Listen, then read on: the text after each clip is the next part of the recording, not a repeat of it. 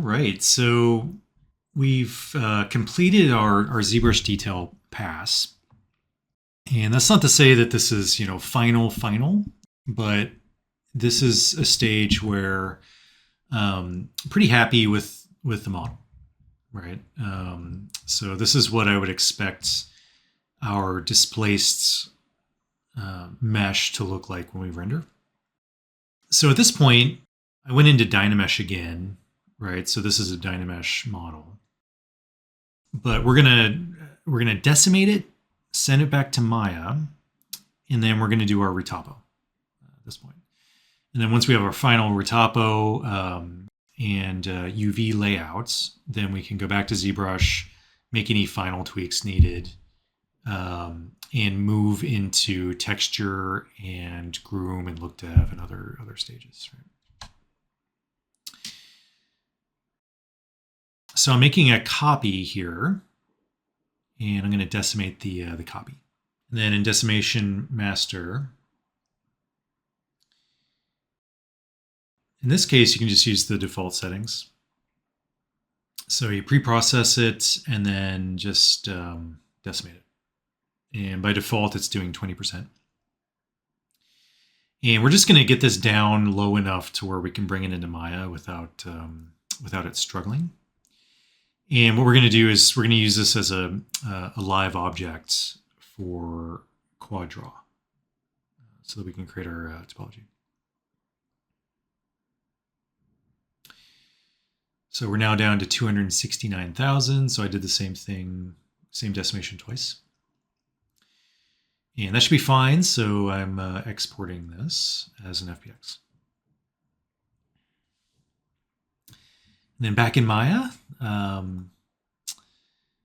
we get to import it.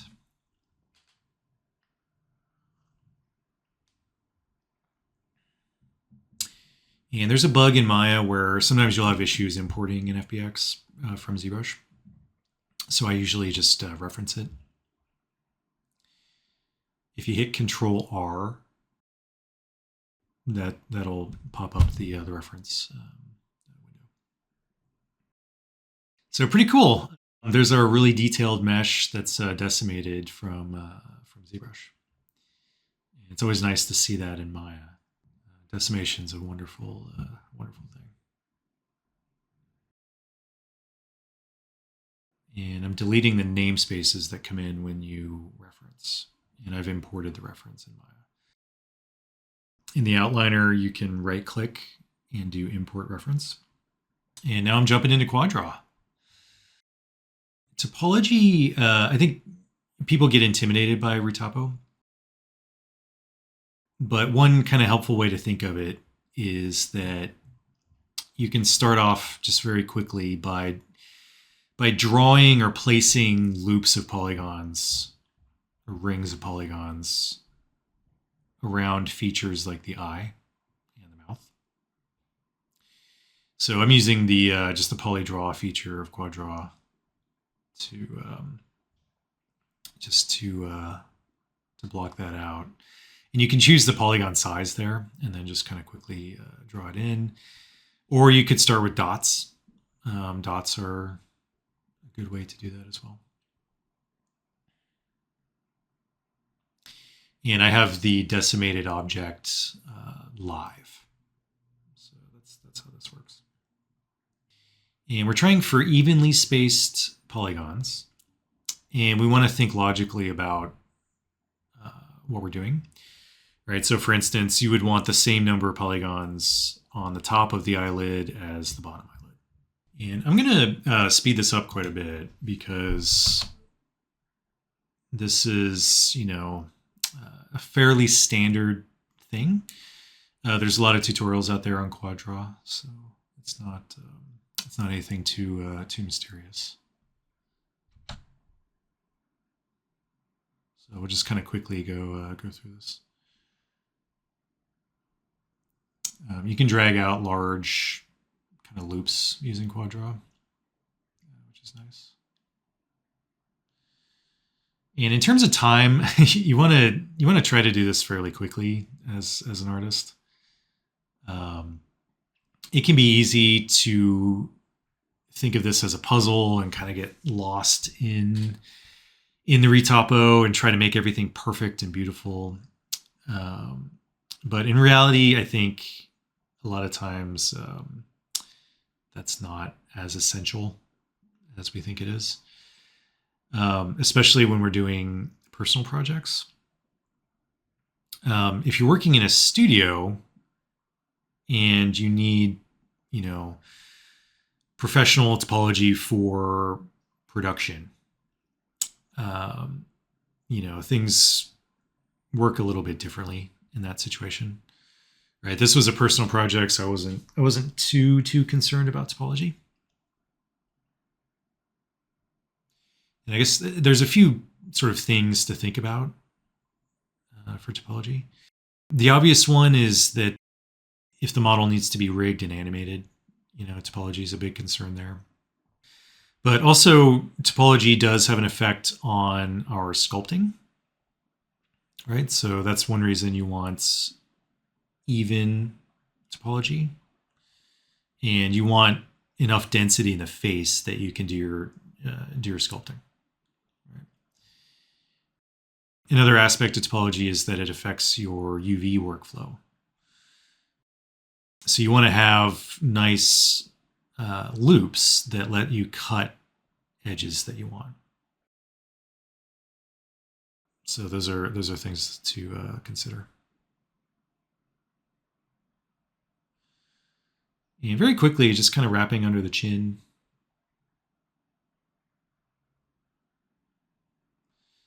And great thing about quad draw is you can smooth. So just constantly smoothing.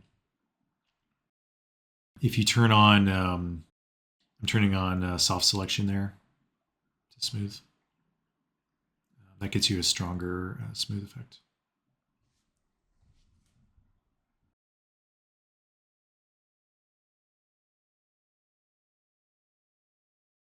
And I have these three areas, right? So I did a loop of polygons around the eye first, and then the lips, and then also the nose.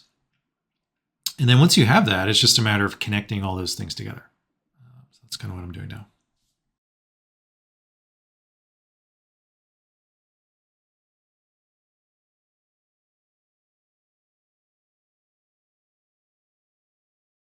Also, the key thing about topology is that you want to be careful about star-shaped intersections where you have more than 4 polygons coming together.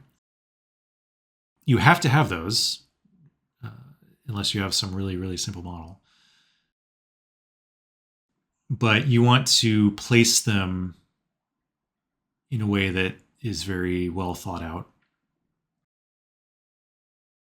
You don't want your 5 polygon intersections to be close to each other.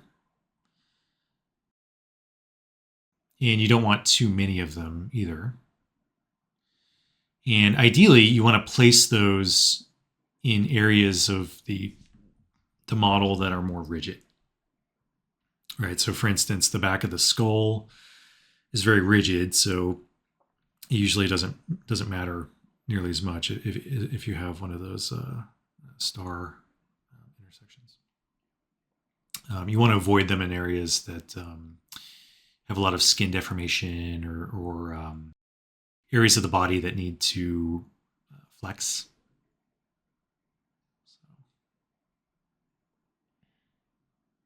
Otherwise, the rigging department will get very angry with you.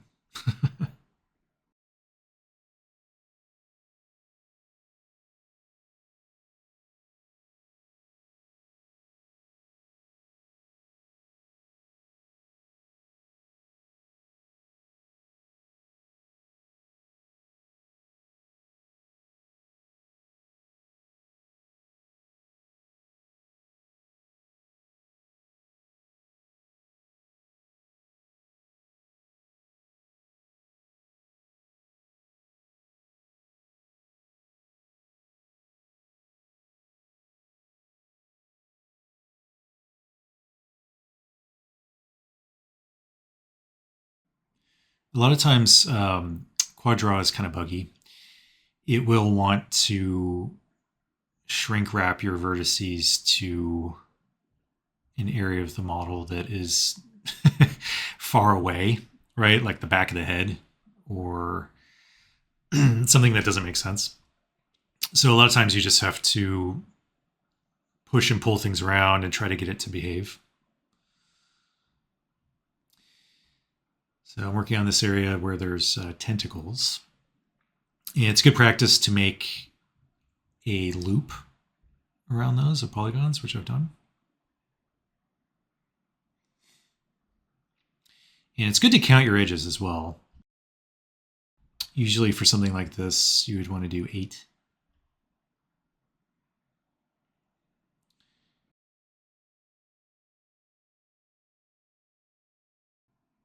All right, so continuing on with our topology. We're going to tackle the ear and then just continue sort of expanding our organized mesh out until we've completed the entire character.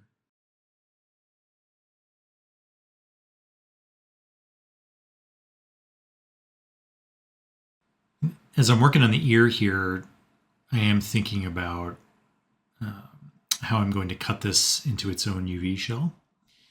And it's nice to have a good sort of edge loop that goes around the ear, especially the back of the ear. And again, you want to avoid any sort of spiraling edge loops.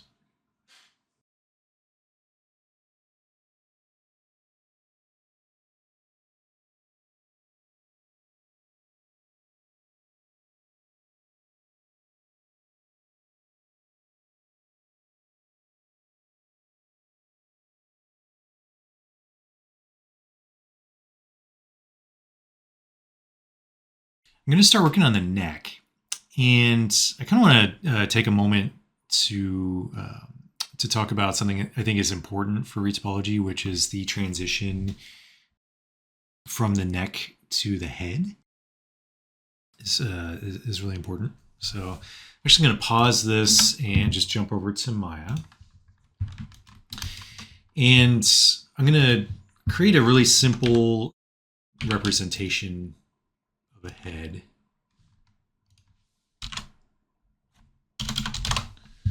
Using a box. All right, so you can imagine that being a neck. Just extrude this up.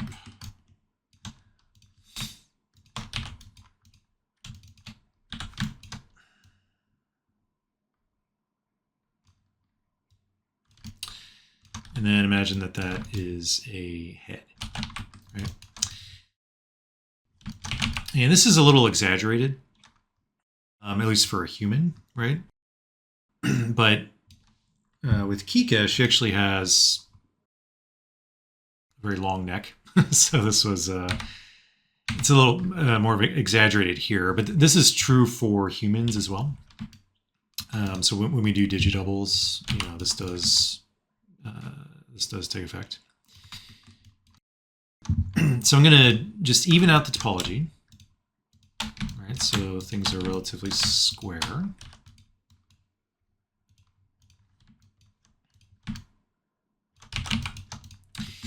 And I'll just subdivide once. Right, so we have this kind of smoother head shape. And what we notice here is that we have very clean topology. Right, so we have no n-gons. And there's a very clean flow of edge loops, right? So the great thing about this is that rigging would have a very easy time, rigging this, and there wouldn't be any sort of pinching or areas that deform badly, right? So it's very good for that. What's not good for this is that if you look at our polygons in the face area, right? So let's say this is the face, or the front of the head. These are very large, right, compared to, these faces on the neck. And that's a bad thing. We actually want the opposite, right? So what would be better is if these were actually smaller than the neck. So one way to do that is just make a selection here. So if I select everything from the head down to the kind of the middle of the neck transition, and if I just subdivide this, you know, in a way that kind of solves that problem. We now have evenly sized polygons here. And you could go even further, right? So if I go to the channel box, I could change this to 2 divisions. And this would be even better, right? So now we actually have much more resolution in the face, right? So this would, I would call this an even more advanced topology.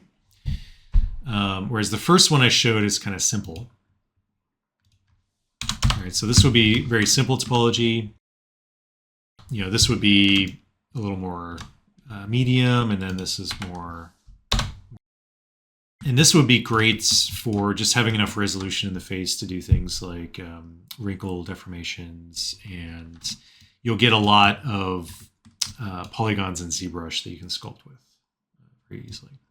And you won't have to go to quite as high of a subdiv level. But for this demo, I'll just add a single subdiv. And the challenge with this is we've created all these n-gons. So this is I have symmetry on, but it's a 5-sided polygon. Right, and this is kind of one of the goals of retopology, is to figure out how to resolve these in a way that's elegant and doesn't cause issues with deformation. All right, so bearing in mind what we just talked about, more resolution in the head and you know, blending that into the neck, I'll continue on with the retopology.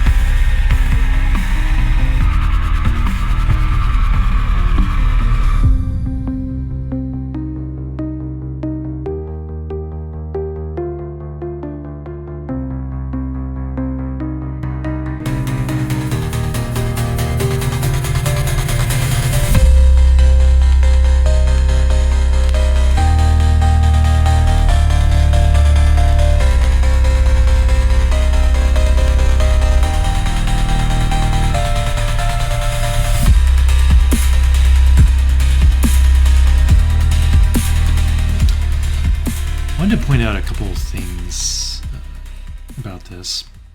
So this is quite sped up. In reality, this did take some time. And I kind of went down the rabbit hole here of just, getting lost in this kind of, 3D crossword puzzle that is Retopology. And you'll notice I spent actually a lot of time on things that don't really matter, such as the inside of the ear. So in retrospect, I think if I had to do this again, I would do it a little bit differently. I think one method for this is to do the face the way that I have done, which is to draw out loops around the major features and then do your topology manually. But I think for the neck and the ear, I probably could have used a ZBrush, at least as a base, and then just cleaned it up in Maya. And that probably would have saved me quite a bit of time during this process. Also, Maya has a new Retopo tool that is quad-based. And I've had excellent results using that for clothing. So I think for the next character I do, I will likely use that. And then I'll probably manually retopo the face. But the neck and the ear, I think, at least for a personal project, can definitely be retopoed, automatically. Also, Houdini has a brand new retopo feature. I think in the future I'll do that, but for Kyka here, I did it all by hand. All right, so at this point, we have the head and the neck. And I'm going to, just continue finishing up that bottom part of the body here, and then also tweak some things. As we can see, we're mirroring the mesh. And one thing to remember about this is you always want to be careful to make it so that you can cut your character in half very easily by selecting an edge loop. Right, so if you double click on the middle edge loop, you should always be able to get an entire edge loop that completely bisects your character. And then you should be able to separate that edge loop and then delete half of your character. That's a very common operation in VFX. So we always need to sort of have that symmetry. I'm also smoothing out areas that are easier to smooth with both sides of the model. So again, just continuing with Retopo, trying to follow the basic concepts and best practices that we want to follow.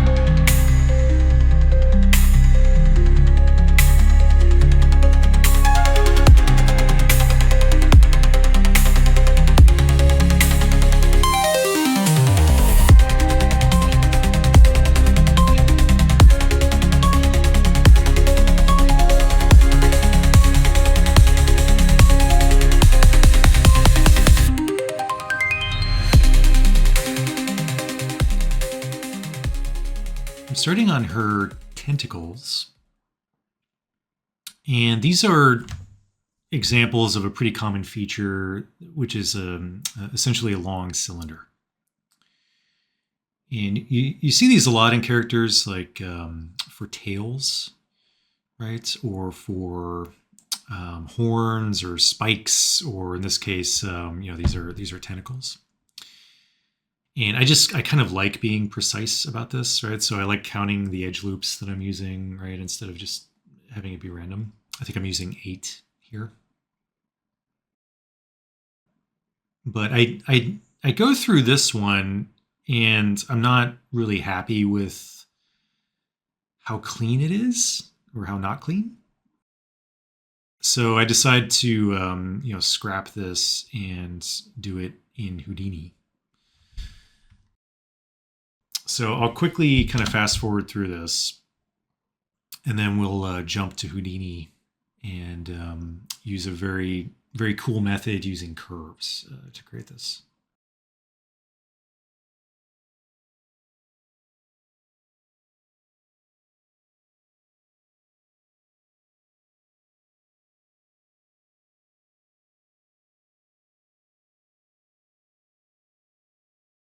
And I'll just point out, this is pretty clear already, is that for this kind of thin tube, quad draw and the live feature in Maya gets pretty confused and doesn't really work very well. It's always wanting to jump to some other area of the model or the opposite side of the tube. So, unfortunately, it would be a lot easier if that worked better.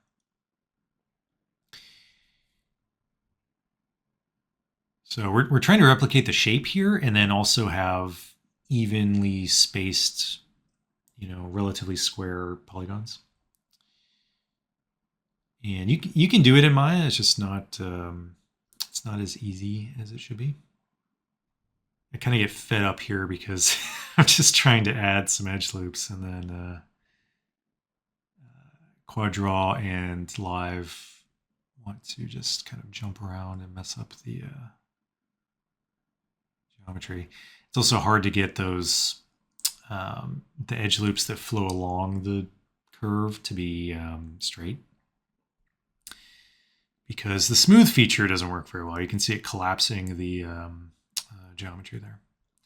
And then when you try to move it back, it doesn't cooperate. So I kind of get fed up and just go to Houdini. All right, so we are in Houdini.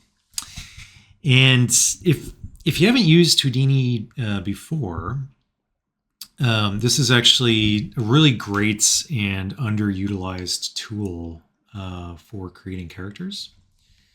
It's really fantastic at anything that has a lot of complexity or something that you need to do very precisely. It's extremely good at hard surface. It's great for costumes. It is, the industry standard tool for creating grooms, in my opinion. It's also very good at scattering things.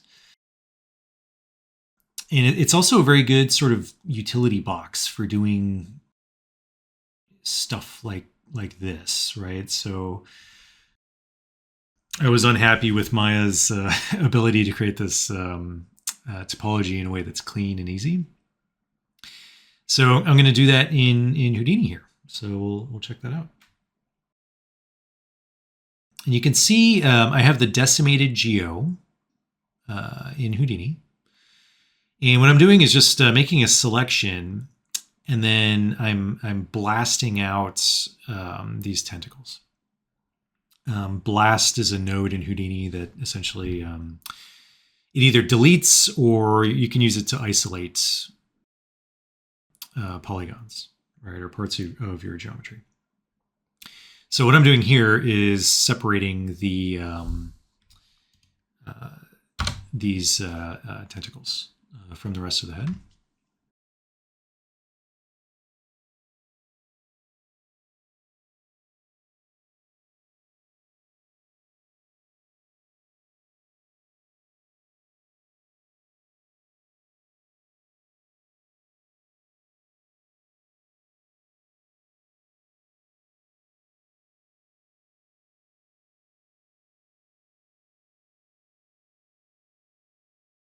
And then, as we can see here, I'm using a remesh node. And this is a very common thing to do in Houdini. It's similar to a retopologize, but it's creating a duplicate mesh made of triangles that attempts to hold the shape of the original, right? And the nice thing about remesh, it gives you very even topology if you don't use adaptive.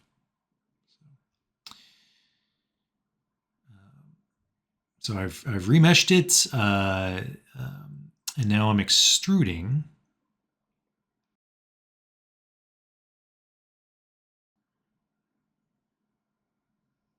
And then I'm using a ray sop. Ray sop is similar to what you think of as a shrink wrap. And you can see the cage there in blue or purple. And this is essentially a trick for finding the center of a tube shape. Right, so using a poly extrude and then a ray sop in this way will give you this kind of center line of a cylinder.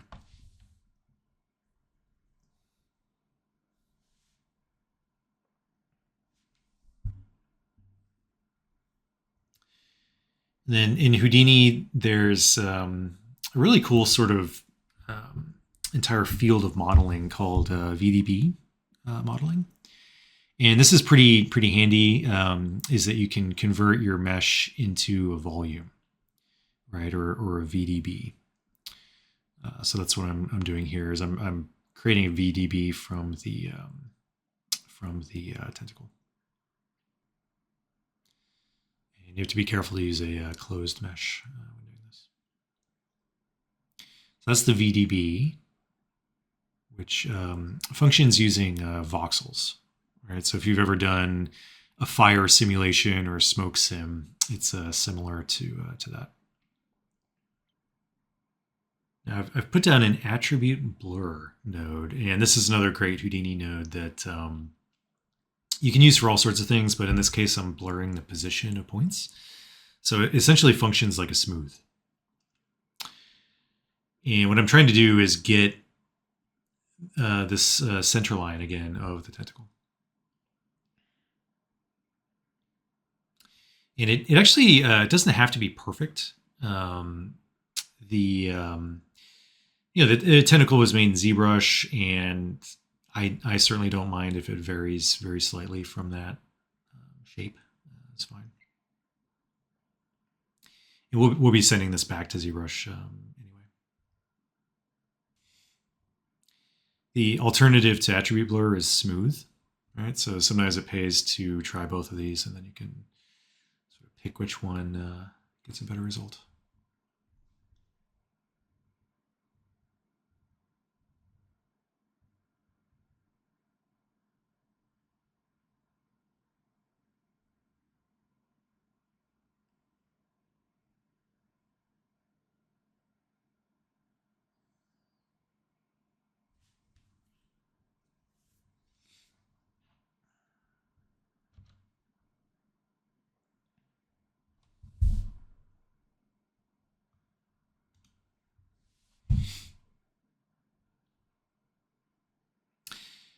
Another really cool thing you can do in Houdini is create masks. So I'm actually painting a mask here.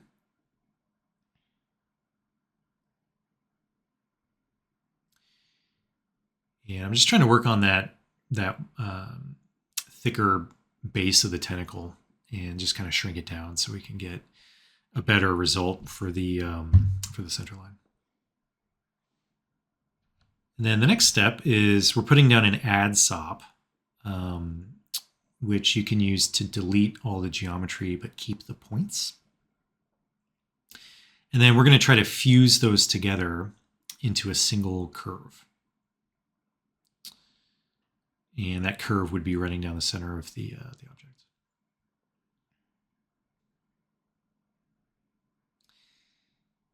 So now we have our points. All right, so you can see a nice sort of point trail along the curve. And then we're going to build those into a curve. So this connect adjacent pieces SOP can do this. And there we go. So we have a curve that runs down the center of our tentacle. So maybe not as easy as you would think to create that, but this is one method to do it. And I'm looking at the point numbers here. And we actually have points going from 0 to 82, I think. Is that 23?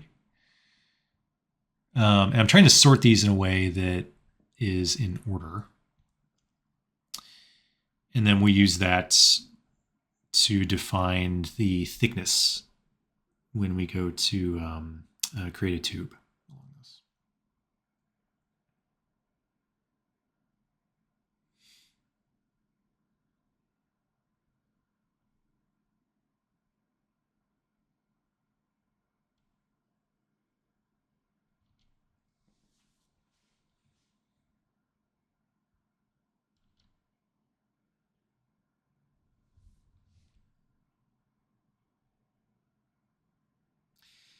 And now we're going to sweep. So the sweep node in Houdini is similar to an extrude, right? Or extruding along a path in Maya. So we're taking a round cross section and sweeping it along the curve that was created. And I'm essentially fiddling around with this setup and trying to get a clean result.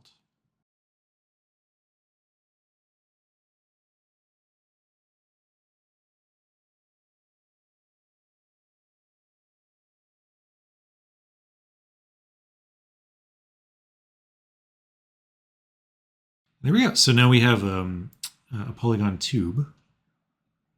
And what we're going to do is try to match the radius. And there's a couple ways to do that, right? So the sweep node has this really cool feature. I'm going to go back to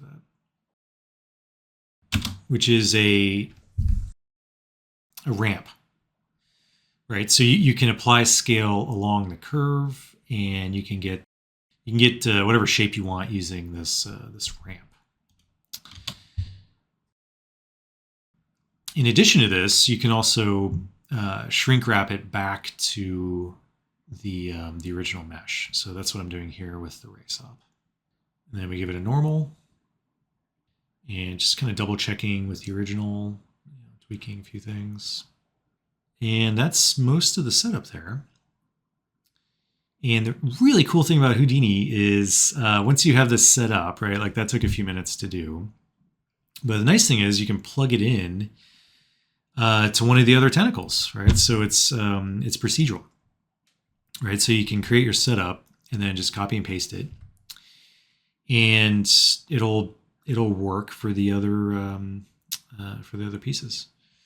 The only thing you have to do manually is any nodes in there that aren't procedural, like if you've manually painted a mask or deleted something manually,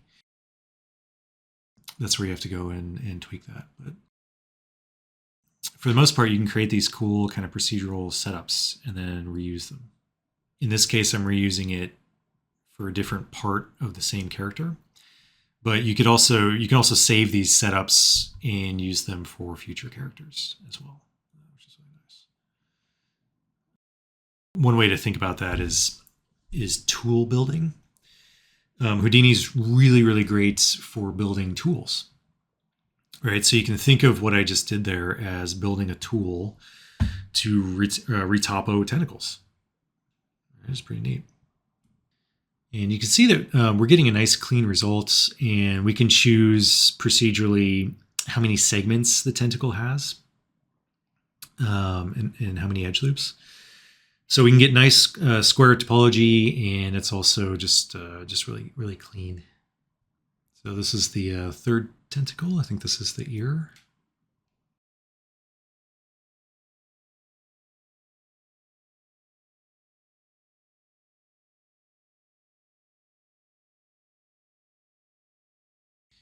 And just making some minor tweaks. This one turned out to be reversed. It's thicker where it should be thinner. So just fixing that. And there we go. It's a really nice tapered cylinder. There's also a really nice feature in here called polyfill in Houdini. And that will take an open border of a geometry shell and fill it.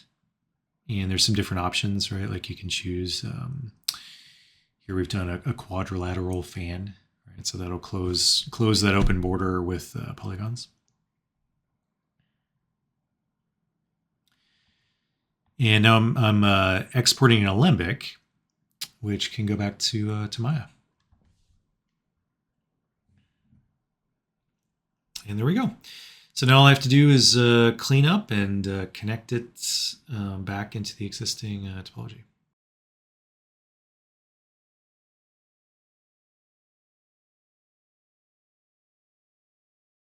Yeah, I think I'm noticing there that I had less long edge loops. So all you have to do is go back to Houdini and just change the number of edge loops and then re-export.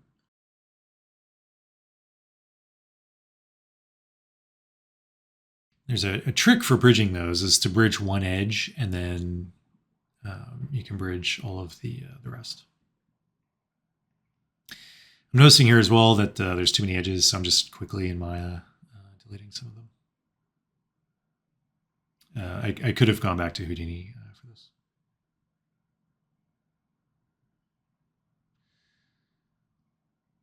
I'm trying to carefully smooth this without it exploding.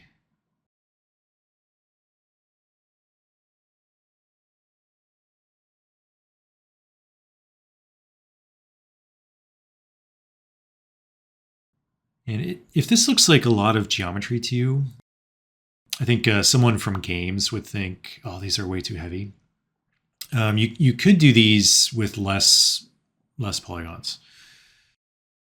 But in VFX, we tend to not care about poly count quite as much. We're more concerned with other things, I guess. And live and smooth aren't working very well, so I'm trying to just manually fix that area. And that's about it. So not too difficult. It took a little time, but definitely got a nice result. And then I'm free to continue on the rest of the model here.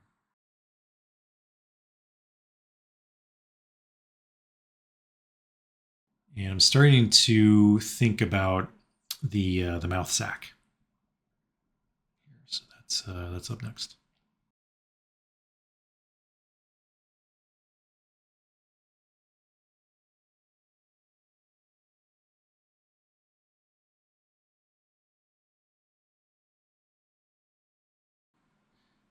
It's also very good to be careful that you have edge loops in the right position for features. Right. So what I did there was I adjusted the outside of the mouth just to make sure that it follows the ridge of the lips. And now creating the mouth sac. So mouth sac is pretty easy as long as you just do it in a way that's kind of simple. So essentially, you need to cut the lips where they meet, and then you can extrude that in, and then essentially you're creating a smooth box.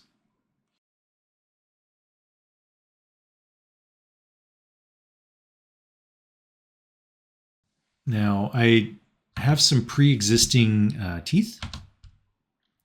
So what I've done here is just bring those in. This is from just a previous model.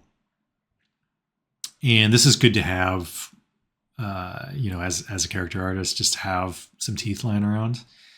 You don't always have to make teeth for every single character custom. These were from a previous one, and they work just fine for this character as well. And when you're making the mouse sack, you definitely want to have these present in there and also scaled correctly, which is what I'm doing now. And I'm paying attention to the position of these and the proportions.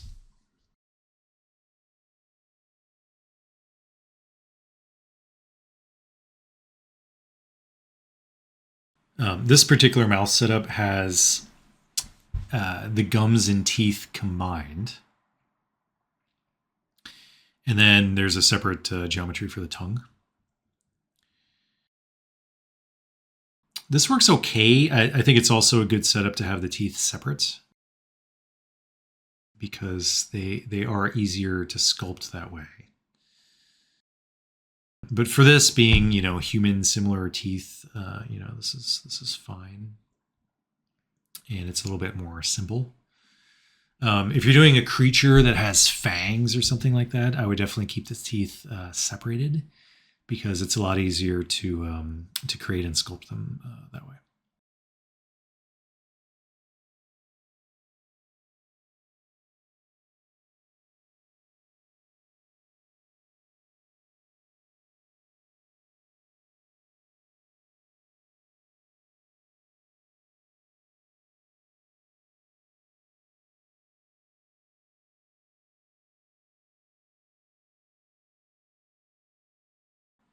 So I'm extending the mouth sack backwards.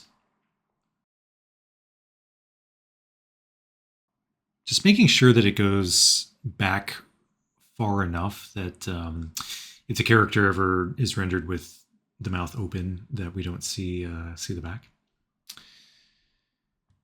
And then we're closing the tube here. You could leave that open, but I tend to prefer closed meshes because it's less likely.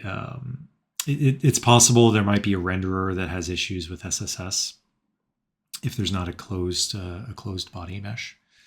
So I tend to always close anything that has SSS. Make sure it's closed.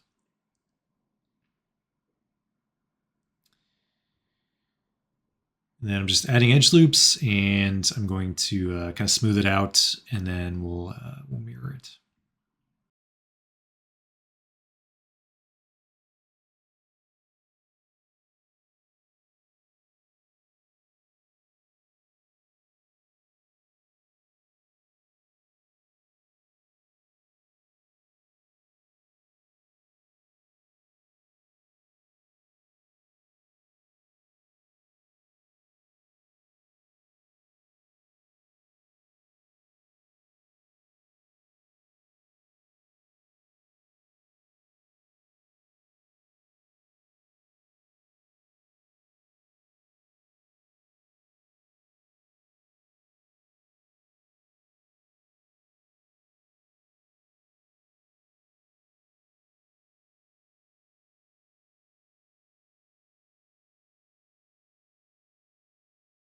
Nearly done with Retopo here.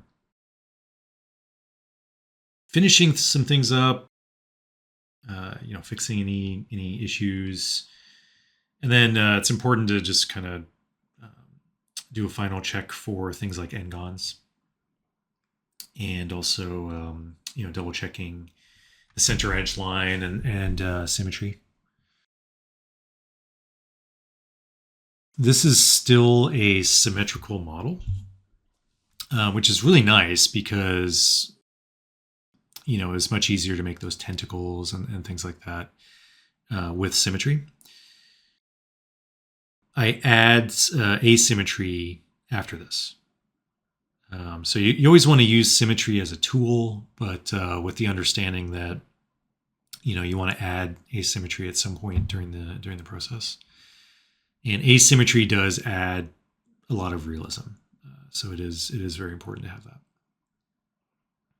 But you want to keep your symmetry for as long as possible. And I'm continuing. I have a shelf button that checks for n-gons, which is fantastically useful. So I keep hitting that and then just finding those n-gons and cleaning them up. You can also clean up triangles this way, but N-gons are generally not allowed at all.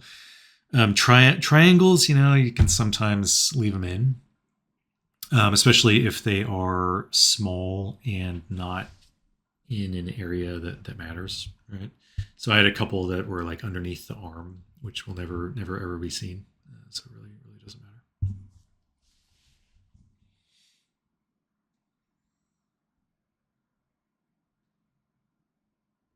In this video, we covered retopology, starting by decimating our sculpted mesh in ZBrush and bringing this into Maya. From there, we used quad draw to create an organized mesh, and we explored a cool way to create tentacles in Houdini. In the next video, we'll create our UV layout in preparation for texture, so stay tuned.